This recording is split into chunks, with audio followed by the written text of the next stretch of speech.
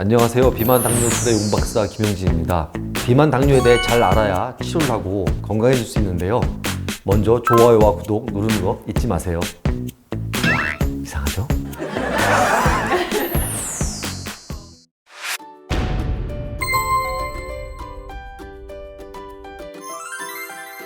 비만을 한마디로 정의 내리면 만성염증입니다. 감기에 자주 걸리면 이제 편도선염에 걸리게 되는데요. 편도선염에 걸리게 되면 열나고 목 아프고 침 삼키기 힘들고 그렇게 되는 것처럼 비만 역시 염증이 반복되고 악화되는 거라고 이해를 하시면 쉬우실 것 같고요. 체중이 늘면 늘수록 비만 세포의 숫자도 늘고요. 크기도 커지게 되는데 우리 몸의 기본 밸런스를 유지하기 위한 여러 가지 호르몬들이 있는데 그 호르몬들을 방해하는 많은 물질들을 내고 있는 게 잘 알려져 있습니다. 그렇다면 이제 비만의 기준은 어떻게 결정되는가 하는 문제가 남아 있는데요. 키 160에 몸무게 80kg 이상이 되면 이 체지방 지수가 30을 넘게 되고요. 보통 이 30부터 고도비만이라는 기준을 적용하고 있습니다. 비만을 방치하게 되면 여러 질병이 생기게 되는데요. 첫 번째로는 대사증후군의 위험성 이런 말씀을 듣게 되는데 혈압이 높은 상태, 혈관 속에 혈당이 높은 상태, 기름이 많이 낀 고지혈증 상태가 되게 되는 겁니다.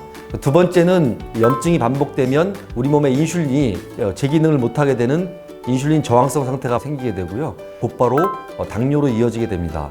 뿐만 아니라 호르몬의 모든 불균형을 가져와서 생리불순, 수면무호흡증, 지방간염 등 비만으로 인한 총체적인 질환이 발생하게 됩니다. 건강을 위해서 체중을 줄여야 한다는 건 누구나 알고 계시지만 사실 이게 쉽지 않은 일이죠. 덜 먹고 움직여서 될 일이 아닌, 그다음에 개인의 의지만으로 해결될 수 없는 사실 체질적인 문제입니다.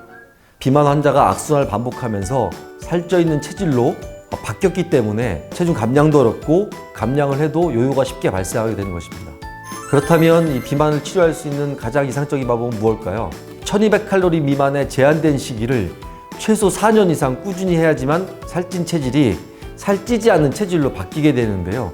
현실적으로도 어렵고 우리 몸의 호르몬 체계상에서 있어서도 사실 일상적으로는 어려운 게 사실입니다. 비만 수술, 즉 위장관의 변화를 유발하는 비만 수술만이 유일하게 장기적으로 그 효과가 입증되어 있습니다.